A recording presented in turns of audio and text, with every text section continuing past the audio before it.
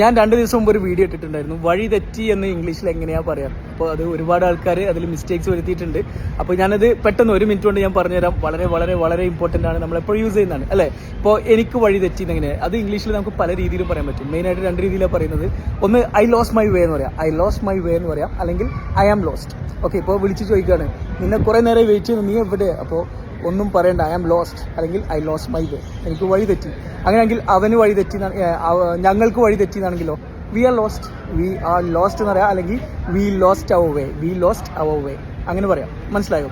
ഇനി നമ്മളിപ്പോൾ ഒരു ഫ്രണ്ടിന് വെയിറ്റ് ചെയ്യാണ്, എത്രയായിട്ടും അവൻ വരുന്നില്ല. പിന്നെ അവൻ പറഞ്ഞു അവന് വഴി തെറ്റിയതാണ്. അപ്പോൾ അവന് വഴി തെറ്റി എന്ന് എങ്ങനെയാണ് ഇംഗ്ലീഷിൽ പറയാമെന്ന് ഇവിടെ കോമൻറ്റ് ചെയ്യാം. അപ്പോൾ ഗായ്സ്, അപ്പോൾ ഇത് വളരെ ഈസി അല്ലേ?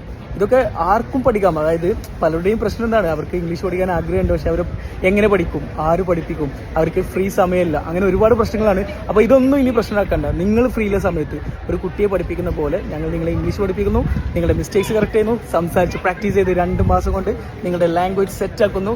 ഓൺലൈനിലൂടെയുള്ള സ്പോക്കൺ ഇംഗ്ലീഷ് പ്രോഗ്രാമാണ്, നല്ല റിസൾട്ട് കിട്ടും. മുകളിൽ പോകാം, ബയോയിൽ വാട്സാപ്പ് ലിങ്ക് ഉണ്ട്, ക്ലിക്ക് ചെയ്യാം. പുതിയ ബാച്ച് നമുക്ക് ഉടനെ സ്റ്റാർട്ട് ചെയ്യുന്നുണ്ട്, വളരെ ചെറിയ ഫീ ആണ്. Thank you so much. അപ്പോൾ ഇനി ക്ലാസ്സിൽ വെച്ച് കാണാം.